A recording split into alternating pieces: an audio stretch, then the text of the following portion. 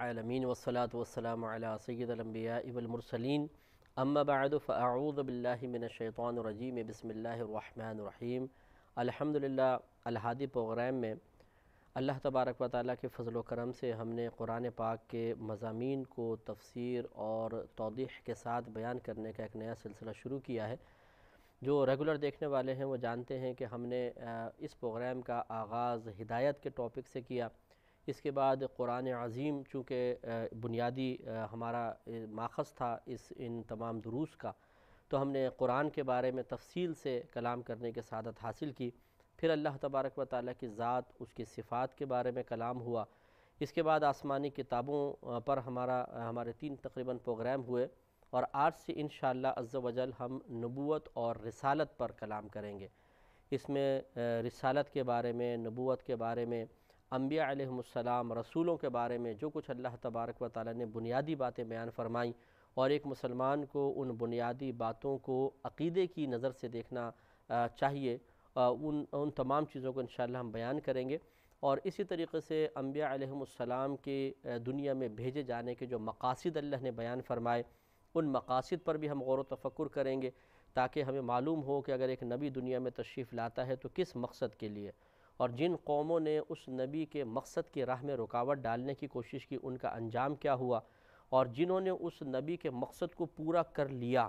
ان کے جو مقاصد تھے ان کے تقاضے کے مطابق عمل کرنے کی سعادت حاصل کی، اللہ تبارک و تعالی نے ان کے لیے کیا کیا انعامات تیار کر رکھے ہیں اور ان کے لیے کیا بشارتیں ہیں، یہ بھی انشاءاللہ ہم جانیں گے۔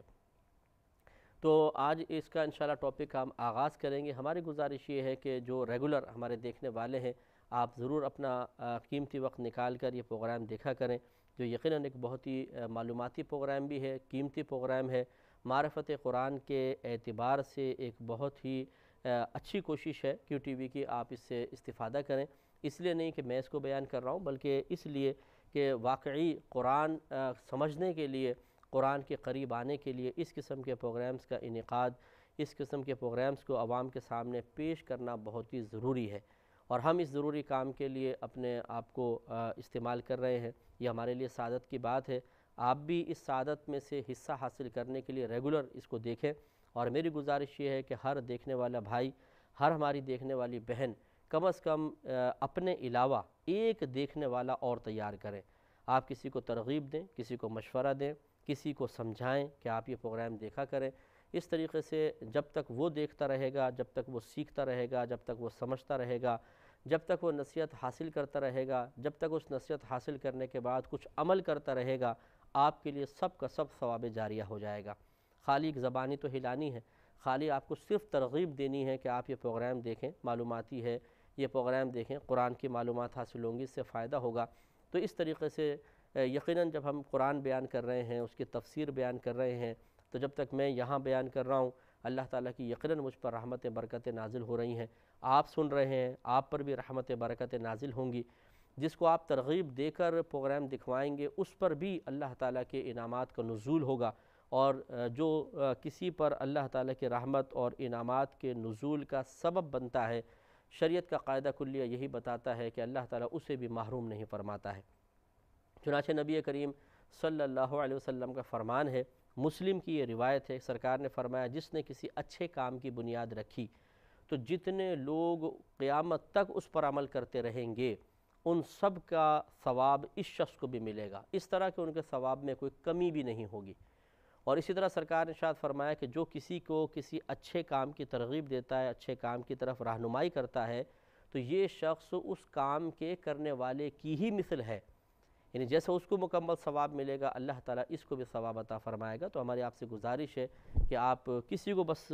اس پروگرام کے لیے بیٹھنے کے لیے تیار کر دیں، باقی اللہ تبارک و تعالیٰ کی بڑی کرم نوازی ہے، یقیناً بیٹھنے کی توفیق بھی اللہ ہی دے گا، لیکن ہماری اپنی کوشش بھی بہرحال اس میں اگر شامل ہو جائے تو ہمارے لیے سعادت کی بات ہے۔ پھر جب وہ پروگرام دیکھے گا تو اللہ کی رحمت سے امید ہے کہ اگر آپ نے 100 افراد، مثلا مختلف لوگوں نے 100 افراد کو بٹھایا، اگر اس میں سے 10 افراد بھی ہدایت پا جاتے ہیں، 10 افراد بھی قرآن کے قریب آ جاتے ہیں، 10 افراد بھی اللہ تبارک و تعالیٰ کے مقصود و پیغام کو سمجھ کر اپنے ذہن میں محفوظ رکھ کر دوسروں تک پہنچانے میں کامیاب ہو جاتے ہیں، تو یہ ہماری بہت بڑی کامیابی ہوگی، اور ہم سب کے لیے بہت ہی بڑا ثواب جاریہ ہوگا۔ قرآن میری کوئی ذاتی کتاب نہیں ہے، کوئی ہمارے اسٹاف کی، ہماری ٹیم کی ذاتی کتاب نہیں ہے، کیو ٹی وی کی ذاتی کتاب نہیں ہے کہ ہم اس کی ترغیب دے رہے ہوں، بلکہ تو اللہ کی کتاب ہے۔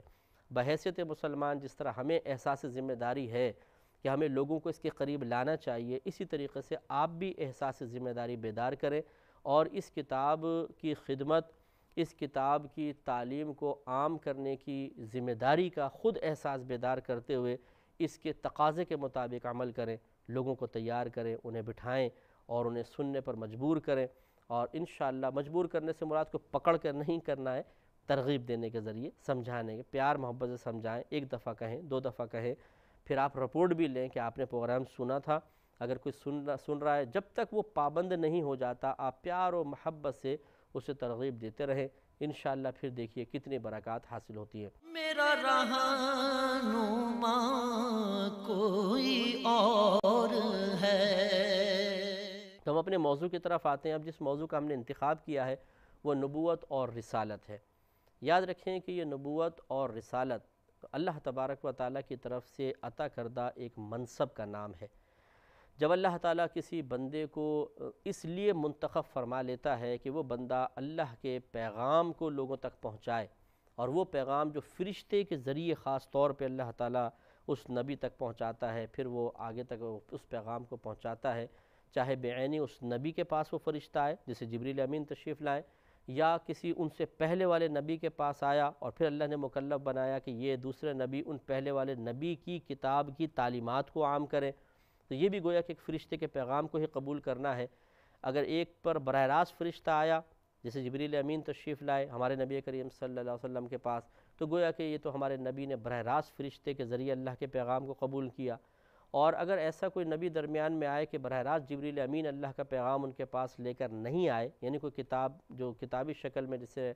صحیفہ کو نازل ہونا تھا یا کوئی کتاب نازل ہونی تھی، ایسا نہیں ہے، تو ہم نے آپ کو پچھلے پروگرام میں بتایا تھا کہ اس نبی کے لیے لازم ہوتا ہے یہ کہ پچھلے رسول جو ان سے پہلے زمانے کے رسول ہیں ان کی کتاب و شریعت کو لے کے چلتے ہیں، تو یہ بھی گویا کہ فرشتے کے پیغام کو ہی قبول کر رہے ہیں، لیکن اب یہاں ایک اور واسطہ درمیان میں آ گیا، پچھلے نبی یا رسول کا واسطہ۔ تو بہرحال منصب اور رسالت یہ رسالت اور نبوت یہ اللہ تعالیٰ کی طرف سے دو منصب ہیں جن کو حاصل کرنے کے بعد جو رسالت حاصل کرتا ہے اس کو رسول کہتے ہیں، جس کو نبوت ملتی ہے اس کو نبی کہا جاتا ہے۔ علماء اسلام نے ان دونوں کے اندر فرق یہ کیا ہے کہ رسول وہ اللہ تبارک و تعالیٰ کا مقرب بندہ ہوتا ہے جس پر اللہ تعالیٰ نے باقاعدہ وحی نازل فرمائی اور اسے نئی کتاب اور نئی شریعت دے کر بھیجا جاتا ہے، وہ رسول ہے۔ اور نبی وہ ہوتا ہے کہ اللہ تبارک و تعالیٰ کا وہ بندہ کہ جس کو اللہ منتخب فرمائے کہ میرا پیغام لوگوں تک تم پہنچاؤ اور لوگوں کو ہدایت دو، اور باقاعدہ اس کو اطلاع دی جاتی ہے کہ تم اللہ کے نبی ہو، یہ نبی ہیں۔ تو اس کا مطلب یہ ہے کہ جو رسول ہے اسے بھی چونکہ اللہ تعالیٰ کی طرف سے اطلاع دی جاتی ہے کہ تم اللہ کے قاصد ہو، اللہ تبارک و تعالیٰ کا پیغام لوگوں تک پہنچاؤ گے، تو ہر رسول بھی نبی ضرور ہوتا ہے، لیکن چونکہ اس کو ایک اللہ کا پیغام بھی ملتا ہے کتابی شکل میں یا صحائف کی شکل میں، تو اس کو رسول بھی کہہ دیا جاتا ہے۔ گویا کہ ہر رسول نبی ضرور ہوتا ہے لیکن ہر نبی رسول نہیں کہلاتا۔ تو یہ بنیادی فرق ہے کہ رسول وہ نبی ہوتا ہے کہ جس کو کتاب یا نئی شریعت دی جاتی ہے، اور نبی اللہ تبارک و تعالیٰ کے مقرب بندے کو کہتے ہیں، اور اللہ تعالیٰ کے منتخب کردہ بندے کو جو ہدایت کے لیے لوگوں کے درمیان بھیجا جاتا ہے، لیکن اس پہ کوئی آسمانی کتاب نازل نہیں ہوتی، اس کو براہ راست کوئی صحائف نہیں دیے جاتے، بلکہ یہ اپنے سے پہلے والے رسول کی کتاب و شریعت پر عمل پیرا ہوتے ہیں۔ تو یہ دونوں منصب یاد رکھیں، کوئی شخص اپنے کسب سے،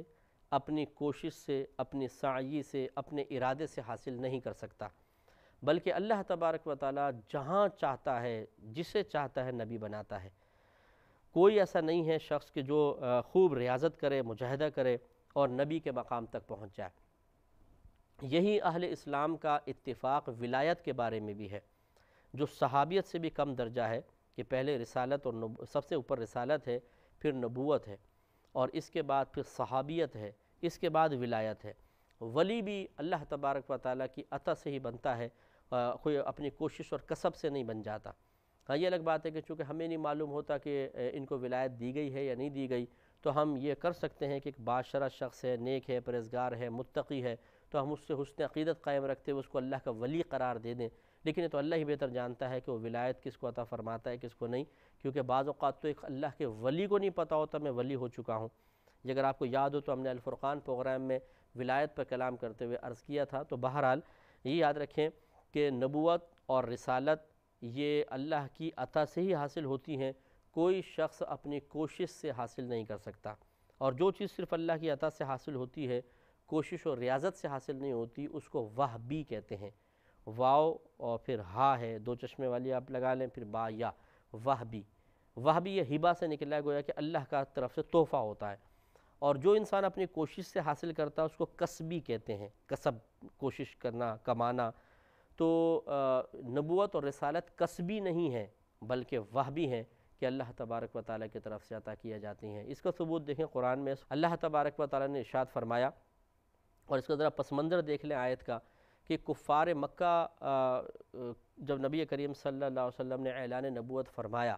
اور کوئی آیت نازل ہوتی سرکار ان کے سامنے پیش کرتے، کوئی اور مطلب سرکار صلی اللہ علیہ وسلم بات بیان کرتے، تو یہ کہتے تھے کہ ہم ان چیزوں کی تصدیق نہیں کریں گے، بلکہ جب تک ہم جیسے پچھلے اللہ کے رسولوں کے اوپر کتابیں اور صحائف نازل ہوئے ہم خود ویسے صحیفے نہ لے آئیں، ہم کسی چیز کی تصدیق نہیں کریں گے۔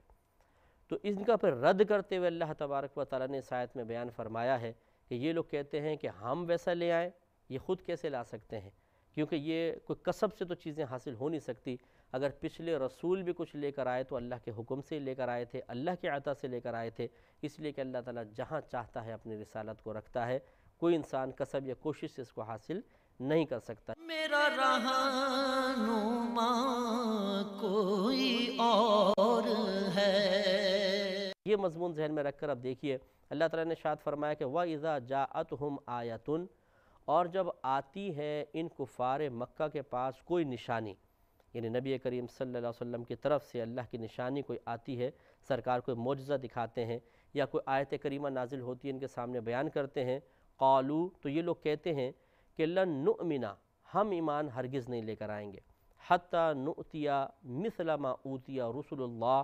حتیٰ کہ ہم لے آئیں، حتیٰ نؤتا مثل ما اوتیا رسول اللہ، یہاں تک کہ ہمیں دے دیا جائے اس کی مثل جو اللہ کے رسولوں کو دیا گیا تھا۔ یعنی یہ کہتے ہیں کہ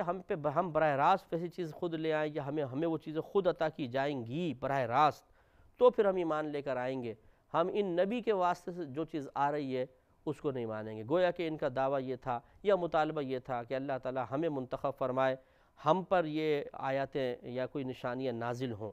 وجہ یہ تھی کہ یہ سردار قریش تھے، ان کے پاس مال تھا، افرادی قوت تھی، تو گویا کہ ان کا ایک ذہن بن گیا تھا کہ چونکہ ہم دنیا کے اندر بھی صاحب عزت ہیں، صاحب منصب ہیں، مالدار ہیں، افرادی قوت ہے، تو ہمیں منتخب کیا جانا چاہیے تھا۔ اللہ تبارک و تعالیٰ نے اس کا رد فرماتے ہوئے ارشاد فرمایا کہ اللہ اعلم حیث یجعل رسالتہ، اللہ تبارک و تعالیٰ خوب جانتا ہے کہ کس جگہ رکھے گا وہ اپنی رسالت کو۔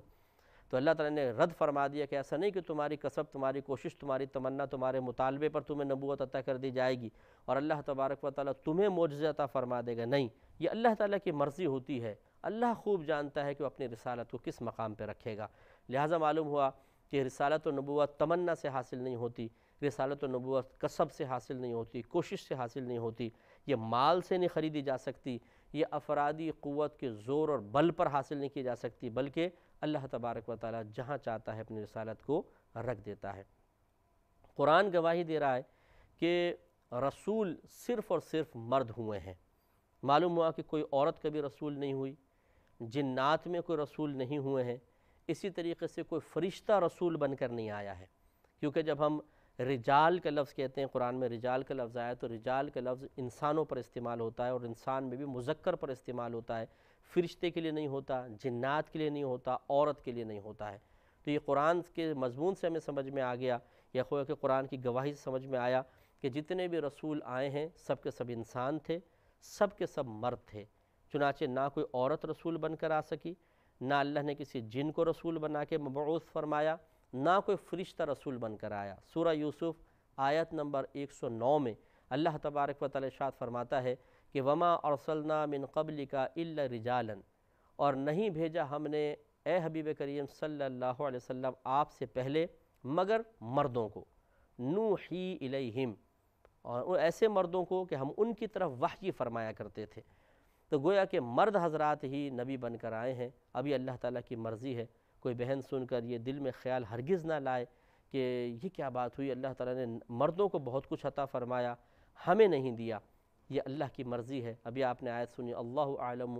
حیث یجعل رسالتہ، اللہ ہی خوب جانتا ہے، اسے خوب اچھی طرح معلوم ہے کہ کس جگہ وہ اپنی رسالت کو رکھے گا۔ ہم اللہ تبارک و تعالیٰ کے ادنا سے بندے ہیں، ہمیں کیا اختیار کہ ہم اللہ تبارک و تعالیٰ کی تقسیم، اللہ تعالیٰ کی رضا، اللہ کی مرضی، اس کے انعامات کی تقسیم پر اعتراض کریں، اس کی رضا پر راضی نہ رہیں، یہ بہت غلط ہوگا۔ اس لیے کوئی بھی بہن اپنے دل میں اس قسم کے پیدا ہونے والے وسوسے کو ہرگز جگہ نہ دے۔ شیطان وسوسے ڈال دیا کرتا ہے، وسوسہ آنا برا نہیں ہے، اس کو دل میں جگہ دینا یا اس وسوسے کے تقاضے کے مطابق باغیانہ خیالات بیدار کرتے ہوئے زبان یا قلب سے شکوہ شکایت کرنا، یہ ضرور قابل گرفت ہے اور یہ ہرگز نہیں ہونا چاہیے۔ اللہ تبارک و تعالیٰ بہتر جانتا ہے کہ وہ کس کو کیا عطا فرمائے۔ اس نے ہمیں جیسا بنایا، جو کچھ عطا فرمایا، اس کی بڑی کرم نوازی ہے۔ وہ چاہتا تو ہمیں جانور بنا دیتا، چاہتا تو ہمیں گندی نالی کا کیڑا بنا کے پیدا کر دیتا، اس کی مرضی تھی، ہم تو کچھ بھی نہیں کہہ سکتے تھے، لیکن اس نے ہمیں اشرف المخلوقات بنایا۔ تو یہ میں ایک بہنوں کو میں سمجھا رہا ہوں کہ آپ کو اشرف المخلوقات بنایا، اللہ نے آپ کو عزت عطا فرمائی، اللہ نے آپ کو وقار عطا فرمایا۔ پھر جو ہماری مسلمان بہنیں جو ہمیں سماعت فرما رہی ہیں، اللہ نے آپ کو مسلمان بنایا، عاشق رسول بنایا صلی اللہ علیہ وسلم۔ آپ کو اس ایمان کے بدلے میں اللہ تبارک و تعالیٰ اچھی موت عطا فرمائے گا، قبر میں راحتیں عطا فرمائے گا، میدان محشر میں عزت عطا فرمائے گا، پل صراط پر آسانی ہوگی، آپ کو جنت میں اعلیٰ مقام عطا کیا جائے گا۔ ان تمام انعامات کو فراموش کر کے صرف ایک وسوسہ شیطانی کو قبول کرتے ہوئے یہ کہنا کہ جی ہمیں کیوں نہیں نبوت ملی ہے، مردوں کو کیوں دی، یہ مناسب نہیں ہوتا ہے۔ انسان اپنے محسن کے دیے ہوئے انعامات پر توجہ کر کے زبان پہ کلمات شکر لے کر آتا ہے، ایسا نہیں کہ جو اس کی طرف سے نہ ملا اس کو یاد کر کے کلمات شکوہ و شکایت کرنا شروع کر دے یا اس میں مشغول ہو جائے، یہ بری بات ہے۔ اللہ تبارک و تعالیٰ نے سورہ ابراہیم آیت نمبر 4 میں مزید رسولوں کے بارے میں ایک بات بیان فرمائی کہ ہر رسول جس بھی قوم میں مبعوث کیا جاتا ہے وہ اس کا ہم زبان ہوتا ہے، اور یقینی سی بات ہے کہ یہ حکمت واضح ہے کہ اگر بالفرض جاپانی قوم ہو اور اس میں کوئی اردو بولنے والا نبی بھیج دیا جائے بالفرض، تو یقینی سی بات ہے انہیں کیا سمجھ میں آئے گا۔ تو یہ بھی ایک قرآن کے اندر رسولوں کے بارے میں رسولوں کی ایک صفت کا بیان ہوا کہ ہر رسول جس قوم میں بھیجا گیا وہ اس قوم کی زبان جاننے والا تھا، قوم اس رسول کی زبان جاننے والی تھی، ورنہ آپ خود سوچئے قوم کے لیے حجت بن جاتی، ان کے لیے ایک عذر، ایک بہانہ ہو سکتا تھا کہ وہ اللہ تعالیٰ کی بارگاہ میں میدان معاشر میں کہتے کہ اللہ تعالیٰ تو نے تو ایک ایسے آدمی کو بھیجا تھا جس کے زبانی ہمیں سمجھ میں نہیں آئی۔ تو اس لیے اللہ تبارک و تعالیٰ کی اکثر یہ عادت کریمہ دیکھی ہے کہ ایک تو نبی کا انتخاب اسی قوم میں سے فرماتا ہے اور اس کی زبان بھی ان کو سمجھ میں آتی ہے۔ اس پہ انشاءاللہ کلام کریں گے، لیکن نیکسٹ پروگرام میں وآخر دعوانا ان الحمد